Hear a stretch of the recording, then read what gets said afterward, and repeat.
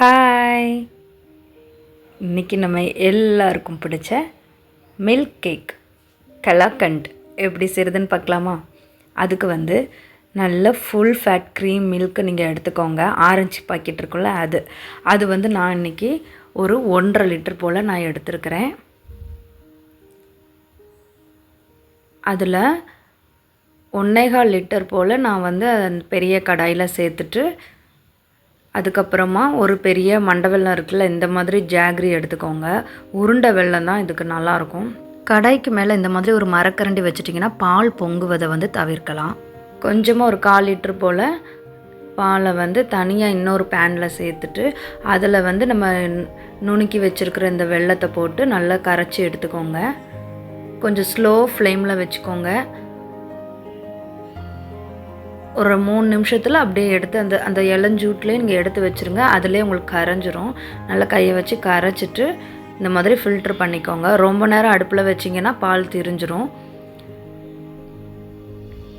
இந்த மாதிரி அந்த மண்டை வெல்லத்தில் இருக்கிற தூசியெல்லாம் போகணும். அதனால் நம்ம இந்த மாதிரி ஃபில்ட்ரு பண்ணி எடுத்துக்கலாம்.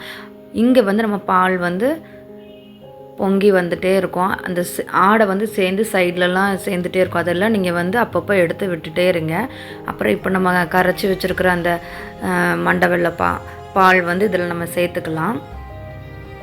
அதுக்கப்புறமா இந்த டெக்ஸ்சர் உங்களுக்கு உருண்டையாக வரணும்ல, அதுக்காக என்ன பண்ணுறேன், ஒரே ஒரு ஸ்பூன் அளவுக்கு வினிகரும் 2 ஸ்பூன் தண்ணி சேர்த்துக்கோங்க. ஏன்னா டேரெக்டாக வினிகரை நம்ம எப்போவுமே சேர்க்கக்கூடாது. அப்போ அந்த ஸ்மெல் அதிகமாக இருக்கும். ஸோ நம்ம எப்போவுமே அதை கொஞ்சம் டைல்யூட் பண்ணி தான் சேர்க்கணும். பால் பாதியாக வந்ததுக்கப்புறம் ஒரு 1/2 அன் ஹவருக்கு அப்புறம் தான் இந்த வினிகரை நீங்கள் சேர்க்கணும். இப்போ எல்லாத்தையும் நல்லா கலந்து விடுங்க. இந்த பாலாடையை நீங்கள் அப்பப்போ எடுத்து விட்டுட்டே இருக்கணும். இல்லைன்னா அவங்களுக்கு அந்த சட்டியிலையே அப்படியே தீஞ்சிரும். பால் கெட்டியாக தான் உங்களுக்கு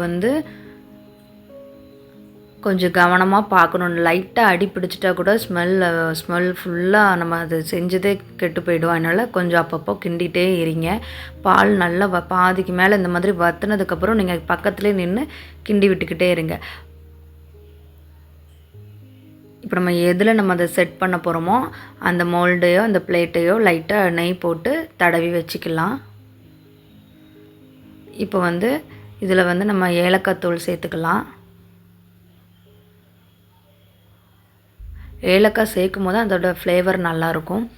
நெய் ஒரு 2 ஸ்பூன் நான் சேர்க்குறேன். நெய் சேர்த்தா தான் உங்களுக்கு இது செய்து முடித்ததுக்கு அப்புறமும் கூட நீங்கள் ஒரு 4-5 நாள் வச்சு சாப்பிட்லாம். உங்களுக்கு அந்த சாஃப்ட்னஸ் அப்படியே இருக்கும். நீங்கள் நெய் சேர்க்கலைன்னா ஹார்ட் ஆயிரும். அதனால் நெய் கொஞ்சம் நல்ல ஒரு 2லேருந்து 3 ஸ்பூன் அளவுக்கு கூட சேர்த்துக்கலாம். இங்கே பாருங்கள், அப்போ நான் 2 ஸ்பூன் சேர்த்தேன். இப்போ ஒரு 2 ஸ்பூன் சேர்க்குறேன். அவ்வளோதாங்க, அழகாக திரண்டு வந்துட்டு பாருங்கள். அந்த பாத்திரத்தில் ஒட்டாமல் அழகாக திரண்டு வந்துருச்சு. ஒரு 1 மணி நேரம் இது செய்து முடிய கரெக்டாக எனக்கு 1.25 மணி நேரம் ஆச்சுங்க. ஆனால் நம்ம அவ்வளோ கஷ்டப்பட்டு செஞ்சது வீண் போகாது. அவ்வளோ ஒரு ருசி. நீங்கள் கடையில் எப்படி சாப்பிடுவீங்களோ அதே மாதிரியும் அதை விட கொஞ்சம் அதிகமாகவும் கூட சொல்லலாம். ஏன்னா நம்மளோட அன்பும் இதில் கலந்துருக்கும்ல. கலாக்கண்ட் அப்படின்னாலே நம்ம அதிகமாக நம்ம நட்ஸு சேர்த்துடணுங்க, அவ்வளோதான். நட்ஸு நல்லா இந்த மாதிரி க்ரஷ் பண்ணி எடுத்துகிட்டு அதுக்கு மேலே சேர்த்துக்கலாம். இது உங்களோட இஷ்டம் தான். நான் இன்றைக்கி பாதாமும் பிஸ்தாவும் சேர்க்குறேன். உங்களுக்கு இல்லைங்க கேஷ்யூ நட்டும் சேர்த்துக்கலாம். என்ன இருக்கோ வீட்டில் அதை சேர்த்துக்கோங்க.